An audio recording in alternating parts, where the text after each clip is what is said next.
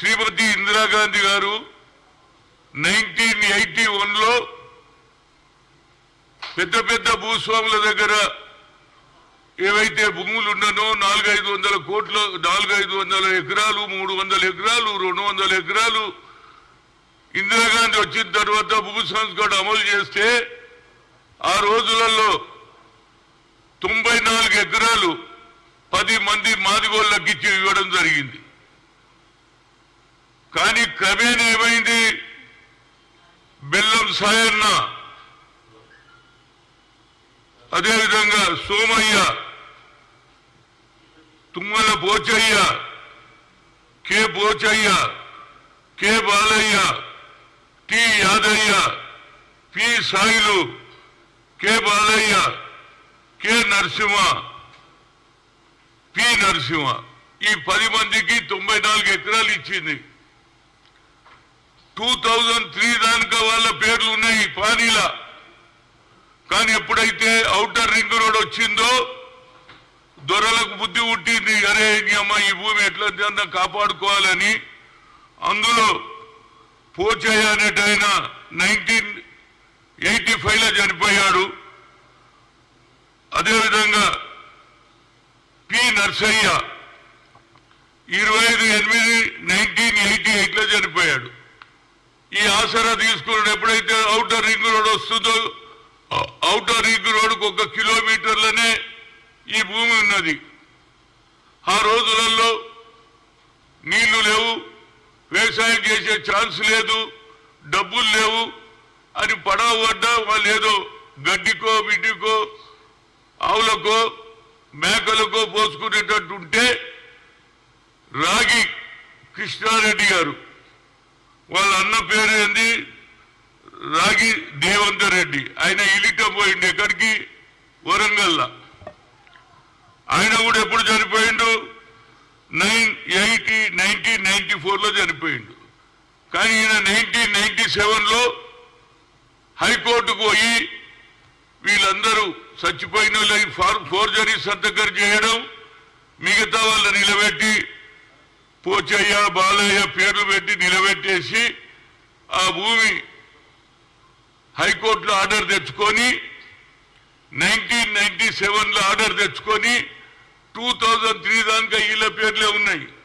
ఆ తర్వాత revenue department ఏ విధంగా పనిచేసిందో ఆనాడు ఉన్నటువంటి హనుమంతరెడ్డి ఎంఆర్ఓలు ఇమీడియట్ గా పేర్లు మార్చేసుకున్నాడు. ఎవడే గాని కొడుకుల పేర్లు రాస్తాడు, కానీ కొడుకులు రాగి కృష్ణారెడ్డి ఆయన భార్య తన పేరు చేసుకొని తర్వాత ఏం చేసిండు, రాజీ శ్రీధర్ రెడ్డి అనితారెడ్డి పేరు రాశాడు.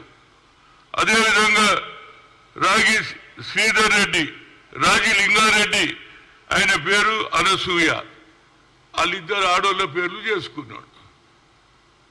నాకు ఈ సంగతి తెలిసి 8 సార్లు పోయినా కీసరకు జాయింట్ కలెక్టర్ గారిని కలిసిన ఆయన అంటాడు, నేను నా చేతులు ఏం లేదు సార్, ఇది కోర్టుకు పోయింది అన్నాడు.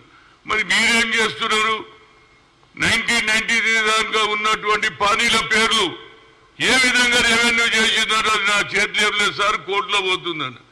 కోర్టులో కేసు నడిచేటప్పుడు హెచ్ఎండిఏ వాళ్ళు పర్మిషన్ కూడా ఇచ్చిర్రా బాబు. వా ఏం హెచ్ఎండిఏ నాకు అర్థం కాదు. కోర్టులో కేసు ఉంటే ఎట్లు ఇచ్చిర్రు, ఎందుకంటే రెవెన్యూ వాళ్ళని మేనేజ్ చేసుకొని డబ్బులు ఇచ్చి కోర్టులో పేరు చేసుకున్నాడు. ఈ మాట ఎవరు చెప్పిండ్రు, రాహుల్ గాంధీ ఖమ్మంలో బహిరంగ సభలో చెప్పాడు. ఏమని, ఇందిరాగాంధీ ఇచ్చినటువంటి భూములు కూడా తీసేసుకున్నారు అన్నారు. ఇది ఇంతకంటే క్లియర్ కేసు ఏం కావాలి. ఇవాళ నేను చూసిన మా శ్రీనివాస్ రెడ్డి గారు రెవెన్యూ మినిస్టర్ మొదటి రోజే ఆయన ప్రభుత్వంలో వచ్చిన తెల్లారే ఇంత పెద్ద బుక్ ఇచ్చిన ఆయనకి ఇచ్చిన, రేవంత్ రెడ్డి గారికి ఇచ్చిన. ఆ తర్వాత ఇది జరిగినాక హెచ్ఎండిఏ ఆఫీస్కు నేను కోదండ రెడ్డి శ్రీనివాస్ అనే వాళ్ళ మనవాడు మేము పోయినాము. పోతే కాయిదాలే అయ్యారు మాకు. ఏం గవర్నమెంట్ ఇది నాకు అర్థం కాదు. మరి ఇచ్చిన గవర్నమెంట్ ఎవరు చేసిండు, ఇది కమిషనర్ ఇవ్వాలి పర్మిషన్, కానీ సెక్రటరీతో తీసుకున్నాడు. ఆర్డర్ ఏమున్నదంటే commissioner should give HMDA permission. దానికి కూడా సెక్రటరీ ఇచ్చేసి ఇవాళ మొదలు 6 ఎకరాలు ఇప్పుడు 30 ఎకరాలు ఇచ్చేసిండ్రు. ఒక్కొక్క విల్లా 3 కోట్లకు అమ్ముతున్నారు. ఆ కుటుంబ సభ్యులు 120 మంది రోడ్ల మీద తిరుగుతున్నారు. తిండికి లేదు. ఎన్నిసార్లు భూమి మీదకి పోతే పోలీసు వాళ్ళు అరెస్ట్ చేస్తారు. నేనేమంటున్నా అంటే ఈ ప్రభుత్వం వచ్చిన వెంటనే అందరు నాయకులు పాదయాత్రలో చెప్పారు ఎవరి భూమి వారికి అంటారు. మరి ఎవరి భూమి ఉన్నది? ఇది ఇందిరాగాంధీ ఇచ్చిన భూమి తీసుకున్నారా లేదా? మరి ఆ భూమి రేపు ఇల్లు కట్టేసినాక ఇల్లు ఎవడు కూలగొడతాడని నేను అడుగుతున్నా. శ్రీనివాసరెడ్డి గారు 10 రోజుల లోపల సెటిల్ చేస్తా అంటున్నాడు. ఇది మొదలు సెటిల్ చేయాలి. ఆ పేద కుటుంబం ఏం కావాలంటున్నా బిచ్చం అడుక్కుంటున్నారు. ఏది చెట్ల కింద వండుకుంటున్నారు, ఆర్టీసీ బస్ కింద వండుకుంటున్నారు, ఫుట్పాత్ల మీద వండుకుంటున్నారు. ఇంతకంటే అన్యాయం ఏం కావాలరా బాబు? నేను ఒక బడుగు బలైన వర్గాల నాయకుడుగా ఎక్కడ అన్యాయం జరుగుతా అక్కడ పోతా. 8 సార్లు పోయినా ఇంతవరకు రాలే. మా ప్రభుత్వం వచ్చిన పాదయాత్రలు అందరూ చెప్పారు ఎవరి భూమి వారికే, ఎవరి భూమి వారికే. మరి ఇంతకంటే నిదర్శనం ఏం కావాలరా బాబు? ఇది చాలా సీరియస్. ఇది 500 కోట్ల స్కామ్. దీన్ని ఇమీడియట్ గా ఆ పేద ప్రజలకు న్యాయం జరగాలి. ఆ కుటుంబ సభ్యులు అందులో అన్న చనిపోతే ఎప్పుడు చనిపోయాడు వాళ్ళ అన్న 1994లో 97లో నువ్వు రావా కూర్చో సీను కూర్చో. నేను అనేది ఏంటంటే అన్న సంతకం కూడా ఫోర్జరీ చేసిండు అంటున్నా. అన్న ఎప్పుడు చచ్చిపోయిండు? 1994లో చనిపోతే 97లో దొంగ సంతకం పెట్టిండు. కేవలం రైతుల సంతకాలే కాదు అన్న సంతకం కూడా చేసిండు. అన్నకు పిల్లలు లేరు, దేవేందర్ రెడ్డి గారి పిల్లలు లేరు. ఆయన ఈటం పోయిండు వరంగల్కు. ఆ భూమి కూడా ఈయన తీసుకున్నాడు. కోడన్ల పేరు చేసుకోడు. ఇంతకంటే పెద్ద స్కామ్ ఏంది అయ్యా బాబు? రోజు డిస్కషన్ అన్నారు. ఇప్పుడు లాస్ట్ లో నాను ఆయన పేపర్లో చదివినా కోదన్ రెడ్డి కూడా వచ్చిండు ఎంబడి హెచ్ఎండి ఆఫీస్ కు. నేను పోయినా సీను పోయినా కాగితాలు ఎన్ని రోజులు అడిగిండ్రు? ఇచ్చిండ్రా? ఒక్క కాగితం కూడా ఇయ్యారు. ఇంతకంటే ఏమిటంటే మన ప్రభుత్వం వచ్చింది. మనం బహిరంగ సభలో చెప్పినాం, పాదయాత్రలో కూడా చెప్పినాం ఎవరి భూమి వారికి. మేము రాగానే భూములు ఇప్పించేస్తామన్నారు. మరి ఈ సంగతి తెలుస్తారా లేదా? సాక్షాత్తు రాహుల్ గాంధీ చెప్పిండు इंदिरा गांधी दिए सो जमीन भी वापस ले लिए. మళ్ళా దొరల పాలన వచ్చిందని అంటున్నా. మళ్ళా బడుగు బలైన వర్గాల పాలన రావాలంటే మొదలు కీసరా దయార్ది లెక్క చేయాలి. నేను అడుగుతున్నా ఆయన దగ్గరికి పోయినా నవీన్ మిట్టల్ దగ్గరికి.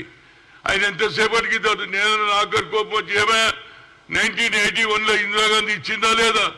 ఆఖరుకు పానీలో 2003 దానికా పేర్లు ఉన్నాయి. 2003 తర్వాత చేంజ్ చేస్తే జాయింట్ కలెక్టర్ని అడిగితే మీరు కోర్టుకే వాళ్ళండి మా చేతిలో ఏం లేదంటారు. ఇక అందరు కోర్టుల చుట్టూ ఎవరు తిరుగుతారా బాబు? మీరు తప్పు చేస్తారు. రెవెన్యూ డిపార్ట్మెంట్ వాడు హనుమంతరెడ్డి అనేటోడు ఆర్డీఓ కోట్ల రూపాయలు తీసుకొని ఇమీడియట్ గా కోర్టుల కేసు నడుస్తుంటే వాళ్ళకి పర్మిషన్ ఇచ్చిండ్రు. ఇంతకంటే ఆఫీసర్ మీద ఏమే యాక్షన్ తీసుకోవాలి? ఎంఆర్ఓ మీద ఎట్లా యాక్షన్ తీసుకోవాలి? ఇది రాగి దేవేందర్ రెడ్డి సర్టిఫికెట్ ఎవరు ఇచ్చిండ్రు? ఎంఆర్ఓ ఇచ్చిండు వరంగల్. ఏది ఏ ఊరు అది? బచ్చలపేట. వాళ్ళు ఇచ్చిండ్రు సర్టిఫికెట్. ఎప్పుడు చచ్చిపోయిండు? 94లో. కానీ అన్న కూడా దొంగ సంతకం చేసిండు రాగి కృష్ణారెడ్డి. చేసి మొదలు తన పేరు పెట్టుకొని తర్వాత ఎప్పుడన్నా లొల్లి అవుతుందని కోడన్ల పేరు రాసిండు. వా ఏం సర్కార్ రా బాబు! ఇప్పటికన్నా రేవంత్ రెడ్డి గారు ఆయన అందరికీ న్యాయం చేస్తా అంటున్నాడు. మొదలు ఇది న్యాయం జరగాలి. అదేవిధంగా శ్రీనివాసరెడ్డి అంటున్నాడు నేను తప్పనిసరిగా 10 రోజులు కాదు ఇది 10 ఏళ్ళైనా అయ్యేటట్టు లేదు. దీన్ని నిజంగా చేయగలిగితే నిజంగా ఇందిరాగాంధీ వారసులుగా మిగులుతాం. సాక్షాత్తు రాహుల్ గాంధీ అన్నాడు గరీబోं का जमीन भी इंदिरा गांधी दिए सो जमीन भी वापस. ఇంతకంటే నిదర్శనం ఏమండి? నేను ఒక పని తలిగితే ఆఖరి దానిక పోతా, నడిమిట్లో వదిలేయ్యా. వాళ్ళు ఎస్సీలు, మాదిగోళ్ళు, వాళ్ళ బతికేం కావాలి? 120 మంది రోడ్ల మీద వండుకుంటున్నారు బాబు, తిండికి లేదు. 2-3 సార్లు స్థలం మీదకి పోతే పోలీసు వాళ్ళు అరెస్ట్ చేస్తారు. ఇప్పుడు మన ప్రభుత్వం వచ్చింది, ఇది నిజంగానే ఇందిరాగాంధీ ప్రభుత్వం అంటే వాళ్ళ భూములు వాళ్ళకి ఇప్పియాలి. ఇమీడియట్ గా హెచ్ఎండిఏ పని ఆపాలి. పని ఆపకపోతే వాడు అట్లనే కట్టుకుంటాడు. 3 కోట్ల ఒక్కొక్క విల్లు అమ్ముతున్నారు. ఇక రేపు విస్తరణ కూడా జరుగుతున్నది. ఎంతమంది అమ్ముకుంటారో ఏమో నాకు తెలియదు. నేను అనేది ఏంటంటే, నేను ఒక బాధతో చెప్తున్నా, ఇందిరాగాంధీ లాయలిస్టు, రాజీవ్ గాంధీ లాయలిస్టు, న్యాయం జరగాలి. ఇందిరాగాంధీ ఏ ఆలోచనతో పేద ప్రజలకు భూములు ఇచ్చిందో వాళ్ళకి ఇస్తారా లేదా అనేదే పాయింట్. 10 రోజులలో ఫస్ట్ సెటిల్ చేయండి. ఇంతకంటే అన్యాయం ఇంకోటేది? ఎవరు ఇవ్వాలి పర్మిషన్ చెప్పు, ఆ కాగితం ఏది?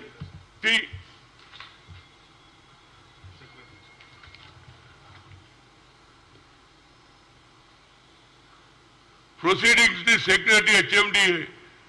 ప్రెసిడెంట్ ఎవరు ఇవ్వాలి? ఇది కమిషనర్ ఇవ్వాలి కదా. పర్మిషన్ ఎవరు ఇచ్చిండు? సెక్రటరీ ఇచ్చిండు. ఇంతకంటే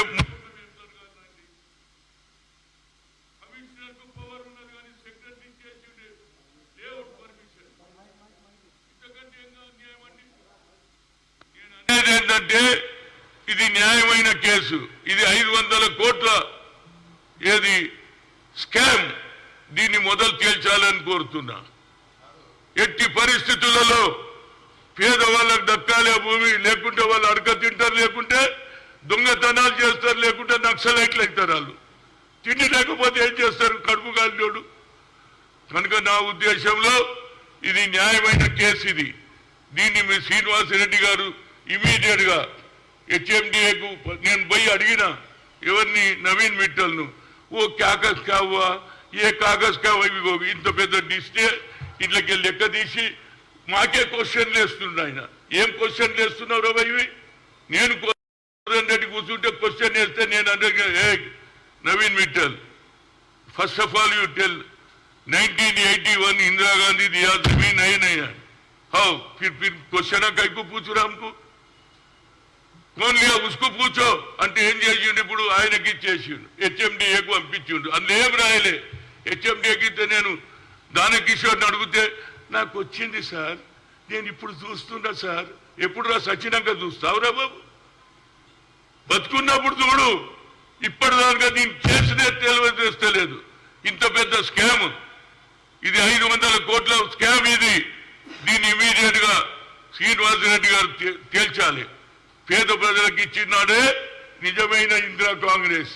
రాజీవ్ గాంధీ చెప్పిన ఫస్ట్ మాట, దాన్ని మీరు నమ్మకాన్ని ఒమ్ము చేయకుండా వీళ్ళ భూమి ఇమీడియట్ గా ఇవ్వాలి, పని ఆపాలి. పని ఆపకుంటే వాడు అన్ని కట్టేసి అమ్మేసుకుంటాడు. కట్టిన ఇల్లు మీరు కూలగొడతారా? వాడు అన్ని కట్టుకున్నాక ఎవరి భూమి వారిదే. ప్రతి స్పీచ్ లో ఎవరు మేము రాగానే ఎవరి భూమి వారికే. ఎవరికి ఉన్నది రాబాయి? భూములు పోయిన వాళ్ళు పరిశాలు ఉన్నారు. మన స్లోగన్ బాగుంది కానీ ఇంప్లిమెంటేషన్ లేదు. ఇంప్లిమెంటేషన్ జరగాలి. ఈ కేసులో న్యాయమైన కేసు. ఇందిరమ్మ ఇచ్చిన భూములు ఎవరికో కాదు, బాజాబ్తా ఇందిరమ్మ ఇచ్చింది. వాళ్ళు ఉంటున్నారు. 2003 దానిక వాళ్ళ పేర్లు ఉన్నాయి. 2003 తర్వాత రాగి కృష్ణారెడ్డి ఎంటర్ అవుతాడు. తర్వాత కోడన్ల పేర్ల మీద రాస్తాడు. కోడన్ల పేర్లు కూడా చెప్పిన, కొడుకుల పేరు రాయలే. తెలుసు ఆడోళ్ళకి ఇస్తే ఎవడు అడగడని. వా ఏం తెలివిరావు అవి ఆఖరు అన్నను కూడా మోసం చేసినావు కదా భయ్. దేవేందర్ రెడ్డి చనిపోయింది ఎప్పుడో, కానీ ఆయన సంతకం కూడా పెట్టిండు అంటున్నా. ఇంతకంటే నియం చేస్తారు. నేను మీడియా మిత్రులకు కోరుతున్నా గురు, ఇది ప్రజల సమస్య. మీరే గట్టిగా రాస్తే వాళ్ళకి ఏదైనా న్యాయం జరుగుతుంది, లేకపోతే న్యాయం జరగదు. నేను మీడియా మిత్రులు మానవతా దృక్పథంతో చెప్తున్నా, ఇది న్యాయమైన కేసు. ఇంత పెద్ద బుక్ ముఖ్యమంత్రికి ఇచ్చిన, అదేవిధంగా శ్రీనివాసరెడ్డికి ఇచ్చిన, ఇక ఇంతకంటే ఏం చేయాలి చెప్పండి? ఒక పార్టీలో బడుగు బలహీన వర్గాల గురించి ఆలోచన చేసే ఆలోచనను, రాజీవ్ గాంధీ ఆలోచనను ఇంప్లిమెంట్ చేసే సరి అయిన కేసు ఇది. ఇది న్యాయం జరగాలి. మీరు కూడా దయచేసి దీన్ని బాగా రాయాలండి. పేద ప్రజల గురించి పత్రిక ఎందుకున్నది? పేదవాడి గురించి, కేవలం ధనవంతుల గురించి కాదు. పేదవాడికి అన్యాయం ఇంత పెద్ద బుక్ ఇచ్చిన ఇప్పటికి కూడా సాల్వ్ అయితే లేదు. శ్రీనివాసరెడ్డి 10 రోజులలో సెటిల్ చేస్తున్నాడు. First of all my request, కీసరాదయార ఇష్యూను మొదలు చేర్చండి, పని ఆపండి. లేకపోతే ఆడు కట్టుకుంటూనే ఉన్నాడు. మొదలు 6 ఎకరాలు ఇచ్చిండు, తర్వాత 30 ఎకరాలు ఇచ్చిండు, మళ్ళా 30 ఎకరాలలో మళ్ళా ఏది విల్లాలు కడుతున్నాడు. ఆ విల్లాలు కట్టినాక ఏమైతే చెప్పు, ఏమైతుంది? భూములు ఉంటాయా? కట్టకు ముందే ఆపాలి. ఆ 30 ఎకరాలు 6 ఎకరాలు అన్నీ లేఅవుట్ అయిపోయింది, కడుతూనే ఉన్నారు. బిల్డింగ్లు దగ్గర ఉన్నది. 3 కోట్లకు ఒక విల్లా అమ్ముతున్నారు. పేదోడేమో అడగ తింటున్నాడు. పోలీసు వాళ్ళు స్థలం మీదకి పోతే ఎన్నిసార్లు 2 సార్లు 3 సార్లు అరెస్ట్ చేశారు. ఇంతకంటే ఏం చెప్పాలండి? పత్రికా మిత్రుల కోరిక ఏంటంటే ఇది న్యాయమైన కేసు. మీరు న్యాయం చేయండి. మీరు బాగా రాస్తే ప్రభుత్వం కూడా కదులుతుంది. ఎందుకంటే నేను ఒక బీసీ అయినా, ఎస్సీ ఎస్టీలకు మైనార్టీలకు ఎక్కడ అన్యాయం జరిగినా, అదేవిధంగా హాజీపూర్లో 3 అమ్మాయిల మీద రేప్ కేసు అయింది, మర్డర్ చేసిండ్రు. కానీ 8 సార్లు పోయి అది శిక్ష ఇస్తే ఇప్పుడు కూడా కోర్టు హైకోర్టు అప్రూవల్ ఇస్తలేదండి. ఇంతకంటే ఇంకేం న్యాయం జరుగుతుందండి? ఎప్పటికి మళ్ళీ పేషీకి వస్తుండే. ఎన్ని పేషీలు అయినా ఇప్పటిదాకా 20 సంవత్సరాలు అయింది.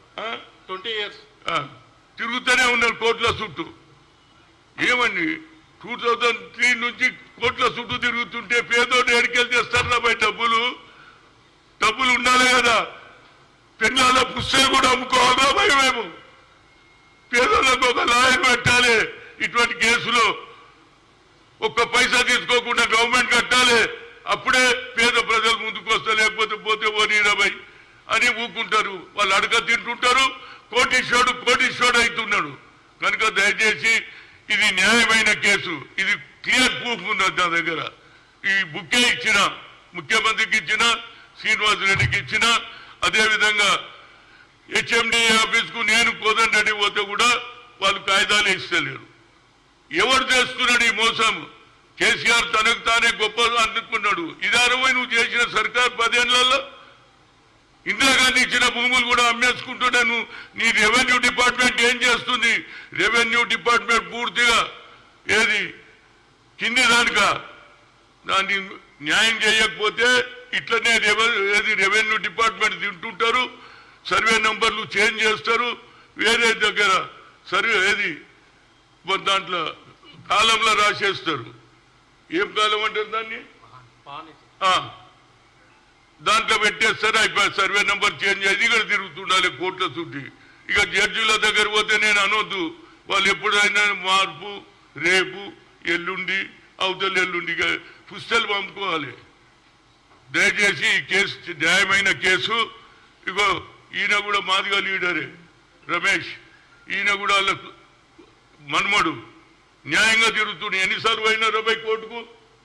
20 years అవుతుంది. 20 ఏళ్ళ నుంచి తిరుగుతుండే. ఎడికెళ్ళి తిరుగుతారు రాబాయ్? చెప్పు. ఇది ప్రభుత్వమేనా? ఇవాళ మన ప్రభుత్వం మీద నమ్మికున్నది. ఎందుకంటే రేవంత్ రెడ్డి ఏదో న్యాయం చేస్తాడని 6 డిక్లరేషన్ నమ్మి ఓట్లేసిండ్రు. కనుక ఇది ఇందిరాగాంధీ భూమి. రాహుల్ గాంధీ చెప్పాడు కాబట్టి ఇది న్యాయం జరగాల్సిందే. న్యాయం జరగకపోతే నేను అక్కడనే కూర్చుంటా. ఒక వారం 10 రోజుల లోపల నిర్ణయం చేయకపోతే అదే ఊర్లో కీసర దాయలని ఆమరణ నిరాదీక్ష చేస్తా. ఇంతకంటే చెప్పేది ఏం లేదు. Thank you.